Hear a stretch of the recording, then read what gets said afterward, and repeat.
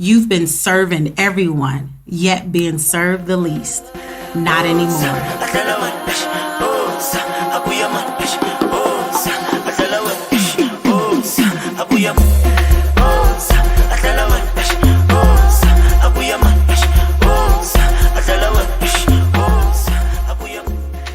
Hello, everyone. I want to welcome you back to the podcast, Everything on Purpose. We have a special guest here, Dr. Allison Hicks. She holds a PhD in clinical psychology. She uses her expertise to coach people like me into aligning with our true purpose. Dr. Allie is a mental health relationship expert, consummate psychofuturist, and host of the Own and Discovery Plus show, Like Mother, Like Daughter. But beyond that, she is a purpose finder, and she founded the Do Consulting Group out of a sheer desire to make every human the best they can be, whether she is working one-on-one as a coach or working with the masses through her TV appearances. In all that she does, she is seeking to create positive change in others so they can transform the world. Everybody, please meet Dr. Allie Hicks. Thank you so much for being here. It's an honor and a pleasure. Well, thank you. That sounded good. Oh my God. Is that what I do? Yes, girl. And you're doing so well, okay? You do it so well. So before we get started, let's tell the people, why you got into coaching women and aligning them with their true purpose. Because, you do that. Let me tell you, I think, a lot of people have this old adage, they say psychologists, people who go to school for psychology are going to school to treat themselves, right? They're trying to figure out what's wrong with them. And so my work and purpose, I think, was a direct reflection on how I've always been seeking my purpose. There's been a huge part of my life where I've been looking for why am I here? What am I supposed to be doing? And then when I stumbled upon my purpose, because I just did everything I could possibly do. I tried every type of career. I tried every type of relationship. I tried everything out and stumbled on what truly made me feel connected to my future in a way that was also connected to my past, right? For me, my purpose aligns with creativity, with disseminating and gathering knowledge, and making things aesthetically pleasing and beautiful, and conceptually beautiful as well as physically beautiful. And once I really aligned on my purpose, I was like, there's nothing that can stop me. So I was like, I've got to give this to every woman in the world. Yes. You know what? I love that you said that, because I can truly tell from one woman who is walking in her purpose to the next that that's exactly how the process goes. And when you do find your purpose, you're like, I'm dedicated to this. Nothing's going to stop me. Bring it on. Okay. And that's exactly why I wanted you here. I felt that in your spirit when I met you at an event in December in Los Angeles. What was that event that we were at? Yes, we met at my friend Aaron Bernard's event, What the Wellness. It was one of his first events, like DJ Behan was DJing, and then we had a team of mental health consultants and experts up there, and we were discussing just everything, but mental health based. Yeah, it was amazing. Yeah, really amazing. It was so amazing because it's rare that you see an event primarily for Black folks for mental health. And I saw the flyer that day, and I was like, oh no, she has to go. I'm getting up right now. I want to know who's in the building. And I think I saw Behan's flyer. So as soon as I saw it, I knew he was DJing. I was like, let me go up there. And it was quite a phenomenal event. Just listening to everyone's stories and their perspective on how they hold themselves in the highest regard. So I had to get at you. I think I cornered you at the event. Did. It was great. It was great. I loved it. Yes. And there was something you had told me to look up. And that's one of the questions I have for you later on in this conversation. But again, truly walking in your purpose. And I appreciate you. The world appreciates you for that. So, I want to talk about this paradigm shift in women seeking therapy. Talk about what you've seen, what it's looking like, where are we going? Just talk to me on the inside of what you're experiencing with your clients and with your work. Yeah, well, there's definitely been a huge increase in people seeking therapy, in particular women. And I think it's a little easier for women to seek therapy because some of the things that are associated with femininity, being communication, being vulnerability and openness, we are allowed in society to be vulnerable. So for us, seeking out therapy is actually making sense, because particularly for a lot of melanated, Black embodied children of the diaspora, I don't know what we're called anymore. I just call us everything. I'm like BIPOC, Black, African American, melanated. Black folks. Black folks. Black folks. Sometimes people ask me what my ethnicity is, and I say I'm a child of the sun. I don't know. I'm a child of the sun. The sun likes me, and I like it. But among us, melanated women, those of the diaspora, we are going through a lot. Yeah. Like with the pandemic, with the stresses of it, with having to kind of be in this superwoman space of having to be mom, dad, auntie, uncle, everything, breadwinner or cook. We are all, and we're tired of it. Yeah. Yeah. We want the support. We've been the support for everybody for so long that we're finally like, nah, it's my turn to get some support. It's my turn to have one person that is in my corner, no matter what. And one thing that's beautiful about that therapeutic or that coaching relationship is you don't need to care about what your therapist is going through that day. Yeah.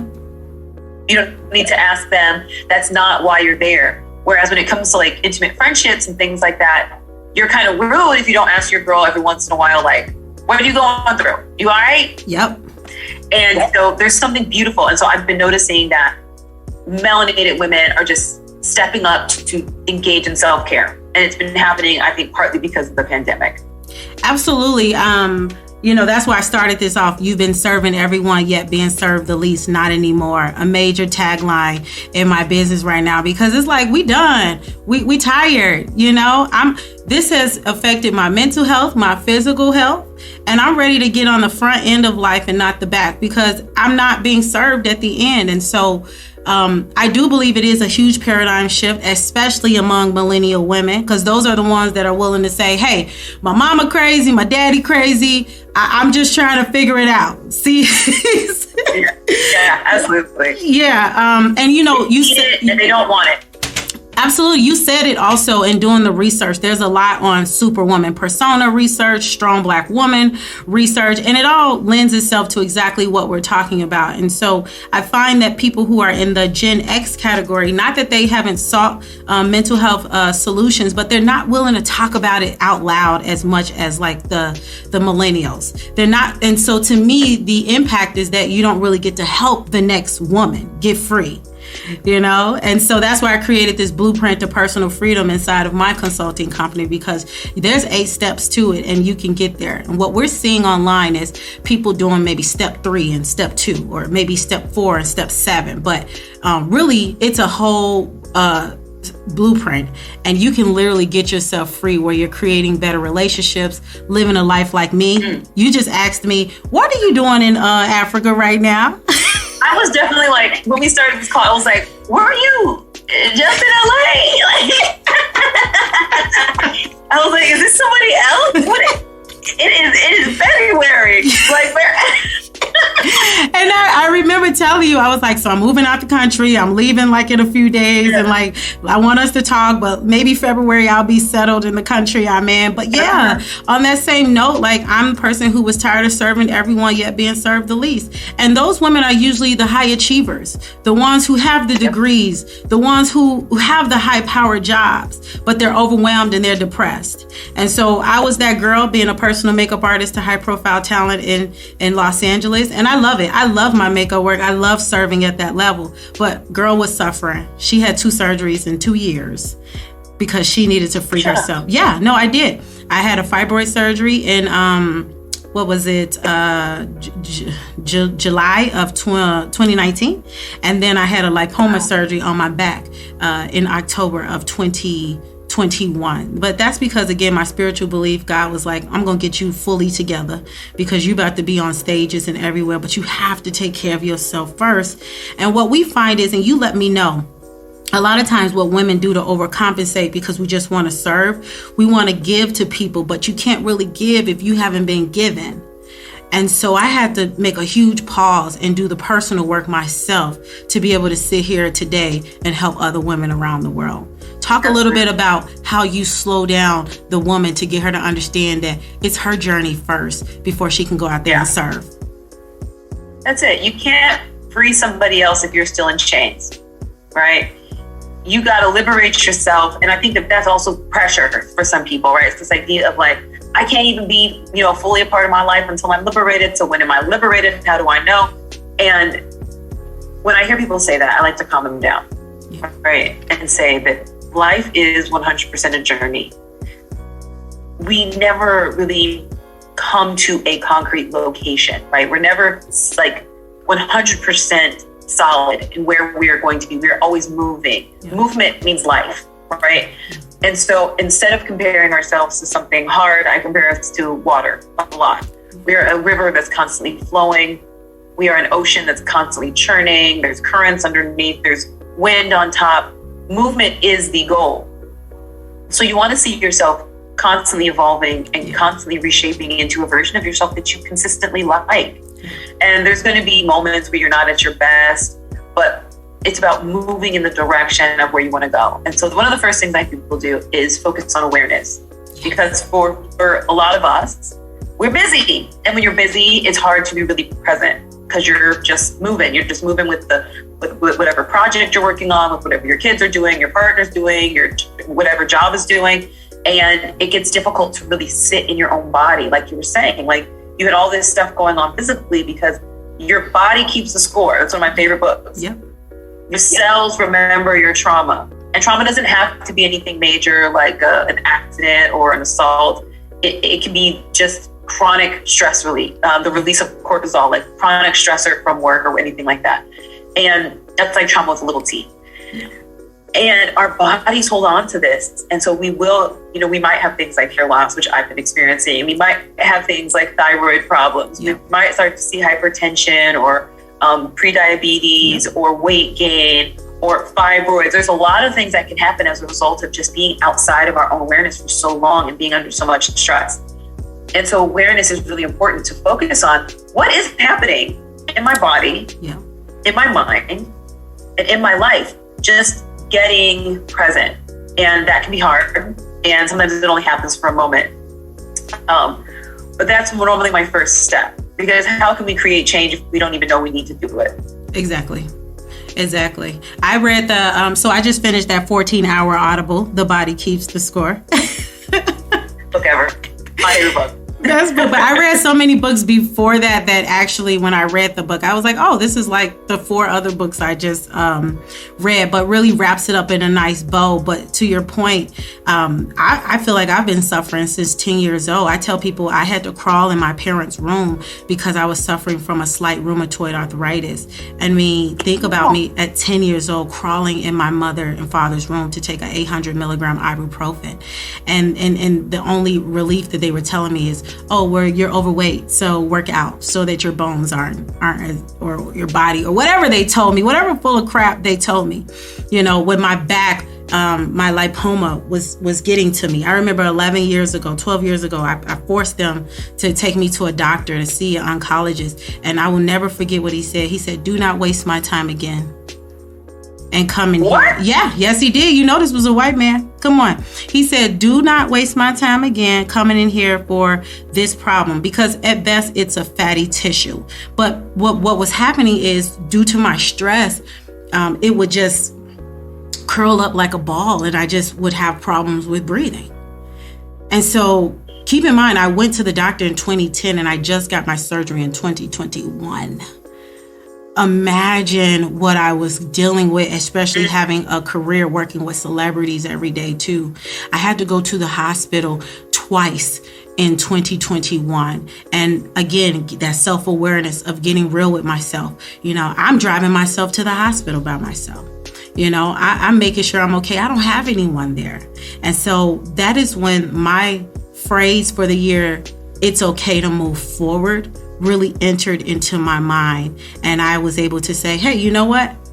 I need to make some changes. I'm pretty on track with the goals that I've set. And so I'm about to push forward. And I began to release everything that was causing that stress in my life. So to your point, when you said it's about a journey and it's about being self-aware, it's also okay after you are in self-awareness to know that you can move forward from wherever you are. We are always evolving and changing, and it is okay. And it's okay.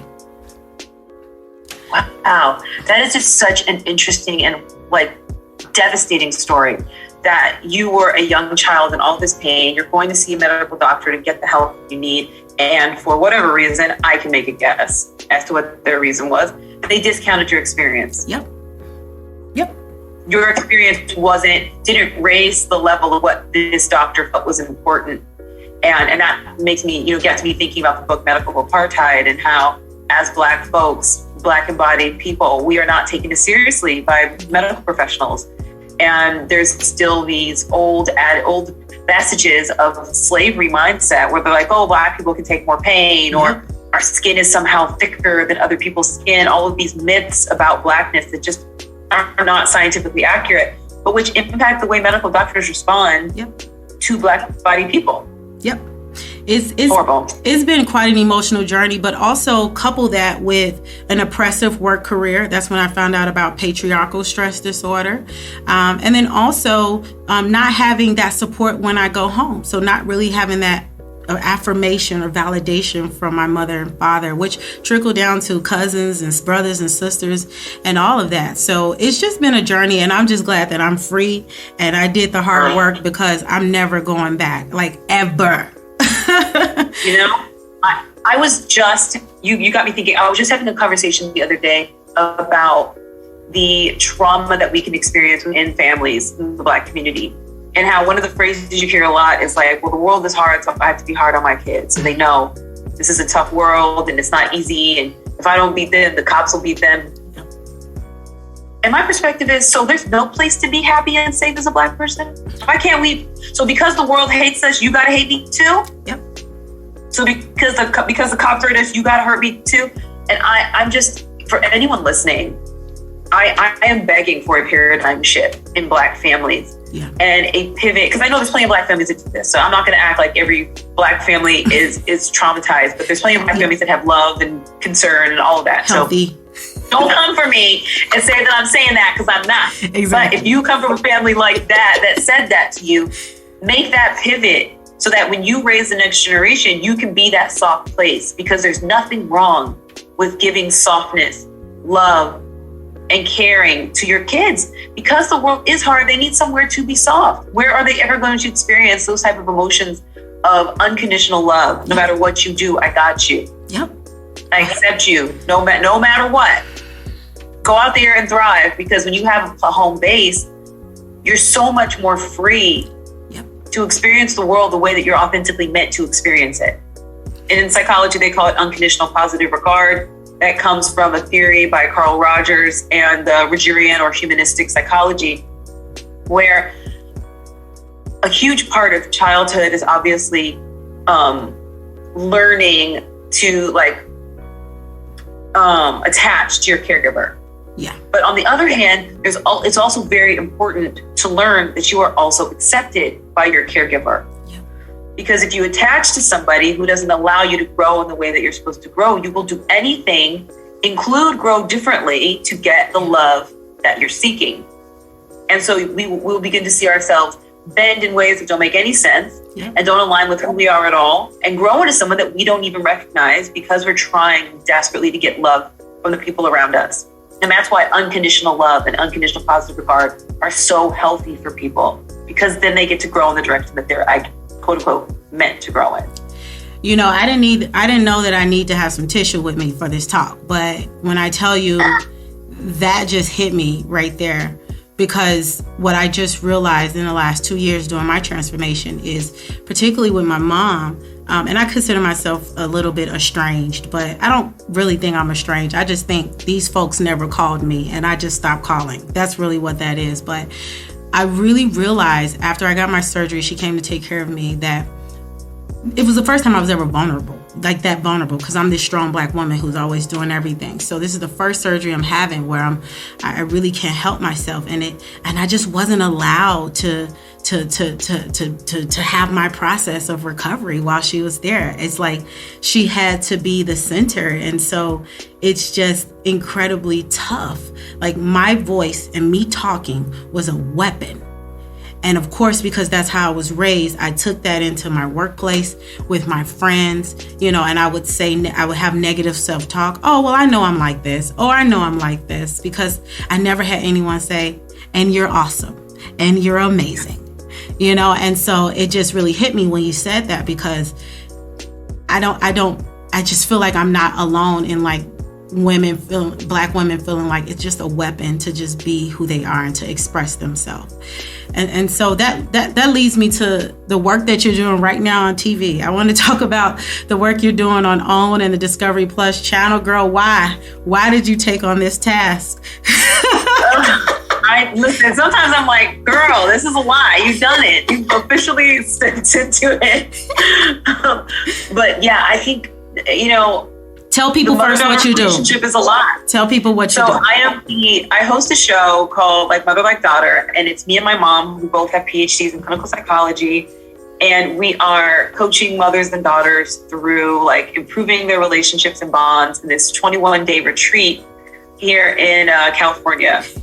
And I mean, 12 women, one place, 21 days. It's a lot. It's a lot. Yeah, there's already a lot.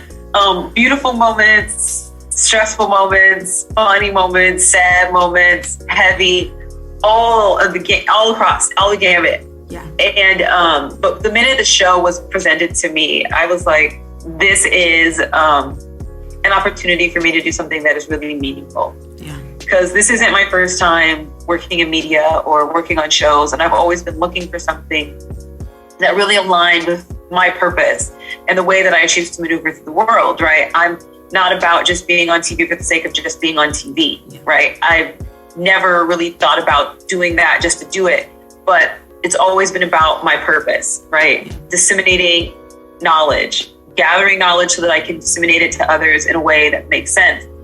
And so when I saw that that's what the show, you know, was about, it was about me really being able to help and connect with women, which is also close to my heart, working with women.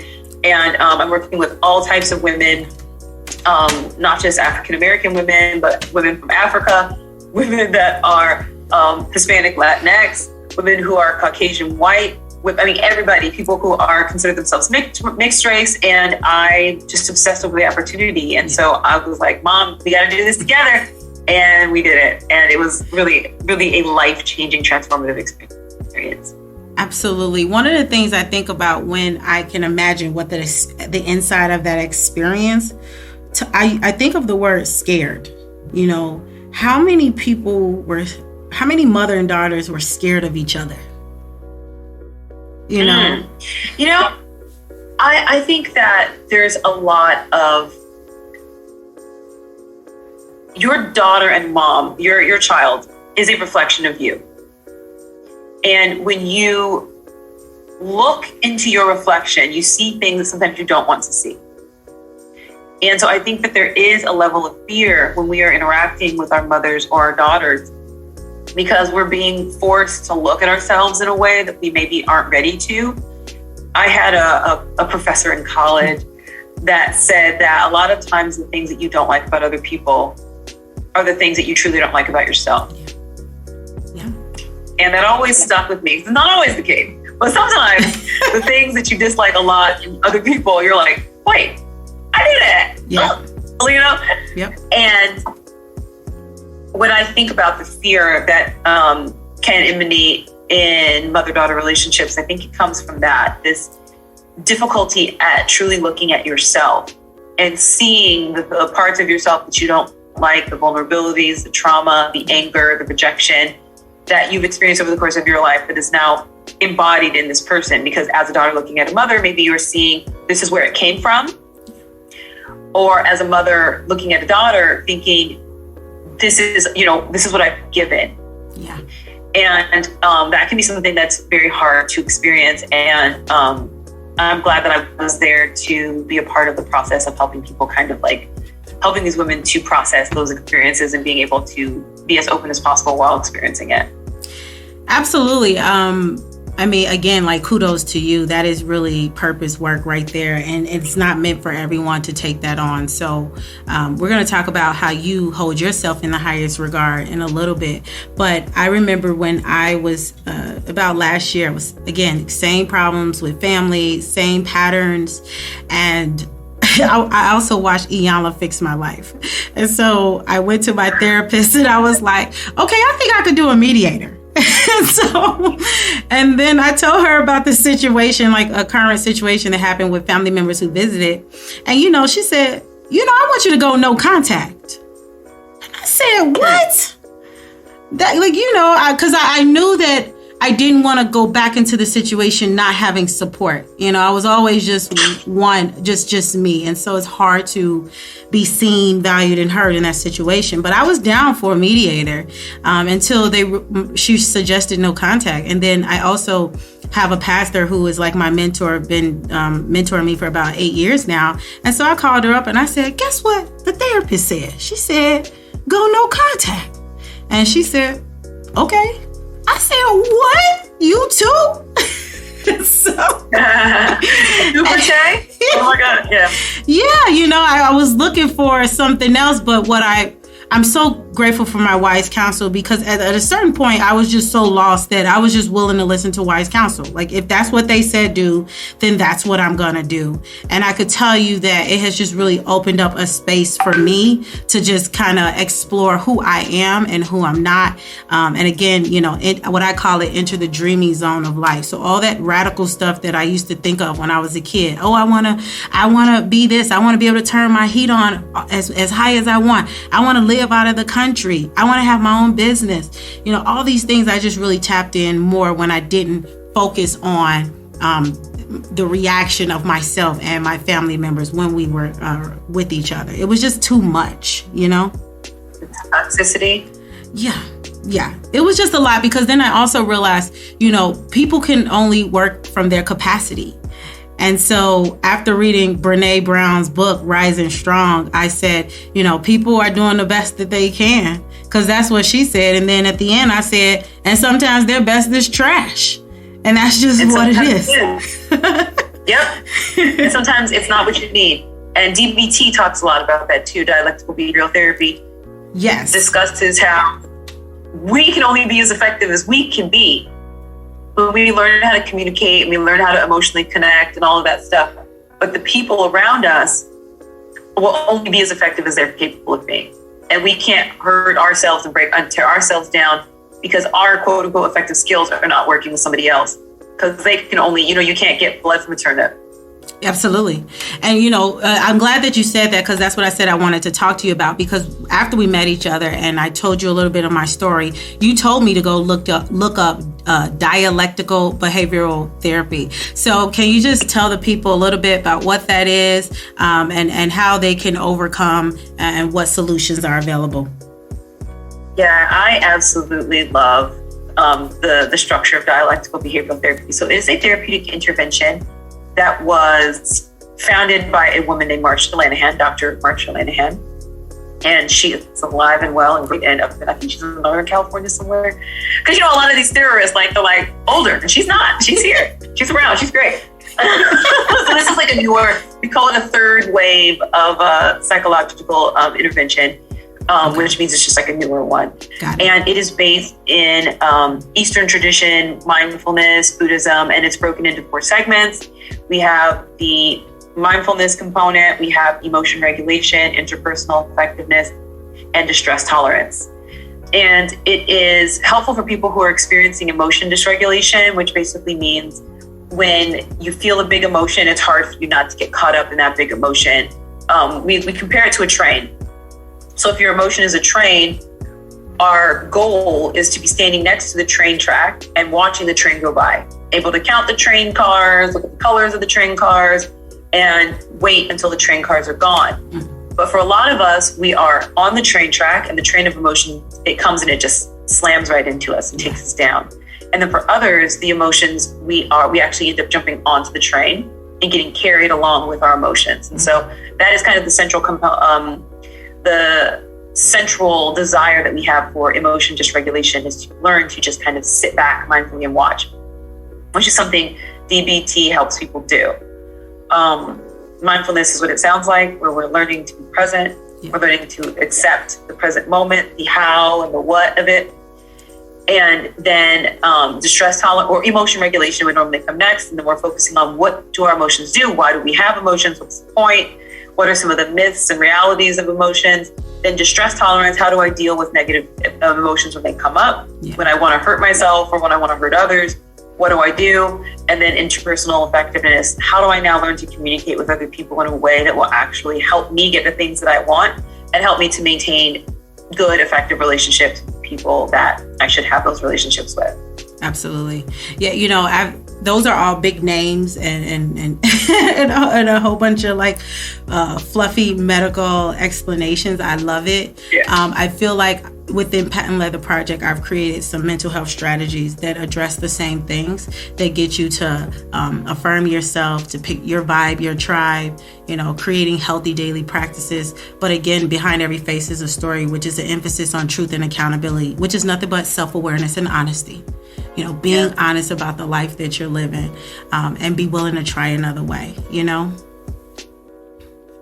love that. Yeah. So, you do a lot of, this is some big work right here, and you are a woman as well. You are melanated. I want to know, how are you holding yourself in high regard? What does your self-love look like? Girl, I'm barely holding it together over here, okay? I know, right? Don't we still need to practice what we preach? Oh, girl. Literally, like even right now, I'm trying to keep myself from running through all the things that I have to do. I got this new massive thing I have to do yesterday that's due tomorrow, and I'm totally panicked about it. So how do I hold myself in high regard? One, I've tried to maintain relationships that I feed into and feed into me as well. And having balanced relationships is really effective for me. I am a communicator. I am verbal by nature, and I have to have somebody to talk things out with. Yeah. I am not that person that needs to get quiet about my problems, because the more quiet I get, the more those ideas bounce around in my head, and they grow and they grow and they grow. Yep. I have to express it, but that doesn't mean that other people don't need to get quiet. For me, quiet comes after. Yeah. So I communicate with people that are safe. I express my frustration. I'll write it out. I will process it, and then I need to get physical. But the physical is kind of hard sometimes to exercise and to work out when you have so many things that you're doing that require you to sit still. And so I've taken to the streets, and I have a tablet, and will sometimes just be walking around my neighborhood, getting work done on my tablet as I'm just walking in circles around the neighborhood. Oh, wow. I love it. Because I have to be physically active, and I cannot schedule time to work out. Like I have a hard time having the same hour every day to work out with like a trainer or something. And for some people, the schedule is really important. For me, I just need to move. And so if that means I'm moving while I'm on a phone call with a company or an organization, or while I'm having a meeting with my assistant, or while I am writing part of my book, because I do have a book coming out, and I'll be writing it in the streets, girl. I have a card deck that I just finished. You so busy. The Do You deck. You so busy. Yeah, I have a card deck that I finished, the Do You deck. So as I'm like communicating with printers and figuring out how to distribute, I'm like on my tablet. Like I got it right here. I'm on my tablet. I'm on the streets, like walking around. Like let's get it done. I might pop a yoga position at a stoplight. Like that's who I. I love it. Keep it real. Tell the people. Tell the people. My poor neighborhood. They see me doing the strangest things. I love it, because you have to do a creative balance. Yeah, whatever that is that works for you. That's the thing about it. Like, we don't have to hold to anyone else's standard of holding ourselves in high regard. So whatever it looks like to other people, it just don't matter, right? This is my journey with myself. I don't care. Okay, I don't care. If I gotta stretch out my hamstring at this corner, I'm stretching out my hamstring. If I gotta pop out a little warrior too, I'm doing it. I'm doing it. Don't judge me. I'm laughing. I'm not gonna judge, but I'm gonna laugh. Laugh. Oh, I accept all the laughter. I love it. It's contagious. I love it. But yeah, I know there's gonna be a video of me one day. Like, people are gonna be like, "Who is this girl doing a whole freaking yoga?" It's gonna be like an IG reel every day, or like a culmination, a compilation of you just in the streets. Yep, in these streets. And And, diet is important to me. I've been trying to eat a little better. I'm realizing I am an emotional eater, and I eat for all emotions: happy, sad, anxious, proud, success, failure. It sounds like you create some habits that work for you. To me, that's step 3, create your practice. Iron sharpens iron, and again, I created the hierarchy of personal freedom. So it looks similar to Maslow's hierarchy, but I just argue that Maslow's hierarchy wasn't meant for Black women. So that's the only difference there. It just wasn't really meant for Black women, in my opinion. Don't even get me started on a conversation about decolonizing mental health. I don't think we have time. Well, that might need to be a next one in the future, because that whole food, water, and all of that, we gon' eat, we cooking. That's not even where we need to start. For me, the hierarchy of personal freedom starts with spiritual grounding. How do you make meaning of the world, And then how is your health? So are you checking on your mental and your physical health? And then also it all ends with community, relationships. Who are the people around you that are helping you get to the very desires of your heart? Who's affirming you? Who is your community? And then the other 2 is your career and finance. And that's where we just write the vision and make it plain, because you never really have to work on those things when you keep a daily practice of the things that matter most. And so that's the pathway to freedom inside of Patent Leather Project. And I've worked with women. I've did it myself. It works if you work it, just like everything, I love your pivot towards collectivism and away from individualism, because I think that's the fundamental issue when it comes to colonizing mental health, is that it focuses so much on the individual, and it forgets that we don't live in a vacuum, and we don't live excluded from others, but we live in context from others. And actually study after study after study after study shows that human interaction, belonging to a group, social engagement are things that are very psychically helpful, right? People are the most cognitively healthy when they're ingrained in a very connected system of people that esteem them, that care for them, that there's able to have this collaborativeness. Because when we look at issues associated with poverty and the stresses of poverty, a huge part of the stress of poverty is the way you're perceived by others. Yeah. But if you live in a community that doesn't judge you because you're down on your luck this month and you got laid off, now you don't have to deal with the added stress of being ostracized. Now you can just deal with the actual issue of how can we as a community figure out how to keep my lights on. Yep. Right? When your community wraps around you, financial problems are less problematic, especially to your internal sense of self and your internal sense of who am I. But when we look at the world through the lens of individualism, it makes everything more dire, right? If I lose my job, now I'm on the street, no one will help me, and people may even judge me for hitting hard times. And that is a problem that's so, deeply connected to our sense of who we are. And so that's part of my conversation with regards to, decolonizing mental health, the way that we see, especially Black-bodied, melanated people. Absolutely. Yeah, that's why it's the 3rd pillar of the company. It all ends with community, because literally these people will give you the desires of your heart as long as you're clear about where you want to go in life. I know that I'm not here in Botswana alone. There's an underground society of women who are leaving America and helping each other out. I mean, I have been living comfortably. Because people are willing to show up for me, and it's healthy. It's not in the way that it was when I was traumatized. It fosters way more positive reinforcement in myself. I feel affirmed. I feel that the decisions that I'm making, I feel good. I feel safe and protected. And so I now have my chosen family now that I trust, that I can lean on when I need them, and that I can be that for them as well too. And so you can't do this without community, and we need to set our life up to feel safe around people, Exactly. Yeah. And we need to find those safe people. And it's hard, like I said earlier, it's hard to free someone if you're not freed. And we tend to sometimes some of us find ourselves in circles of people that are all in bondage. Yeah. And so there's that frightening moment with the minute you crack your chains off and you're looking around and you're realizing that everybody else is locked down. Yeah. And so there's that panic that can kind of set in where you're like, well, how do I get my needs met now? I still love these people that I've been around my whole life. But how do I now get fed by a group of people who aren't in bondage? And so I think that can be the challenge of finding your people, finding your tribe, finding your community of people who are going to pour into you. And anyone who's listening, like, be inspired that those people exist. They're out there. You know, it's just about putting yourself out girl, you moved all the way to Botswana. So it's like you have to expand and extend beyond what you've always known. Yeah. You can't always stay exactly where you are and hope for your circumstance to change around you magically. You have the ability and the agency to create this change and to find the people that will pour into you because they're there. Yeah, absolutely. Spiritual grounding to me is the forefront in my life. In June 2019, I heard God say to me as I was walking to the bathroom in my apartment in Baldwin Hills. So it was a short walk to the bathroom. And I heard him say, "What are you afraid to lose that I'm not going to give you on the other side of your obedience?" And again, we don't take the time for ourselves. And so I did. I took the moment to answer that question. And I said, family.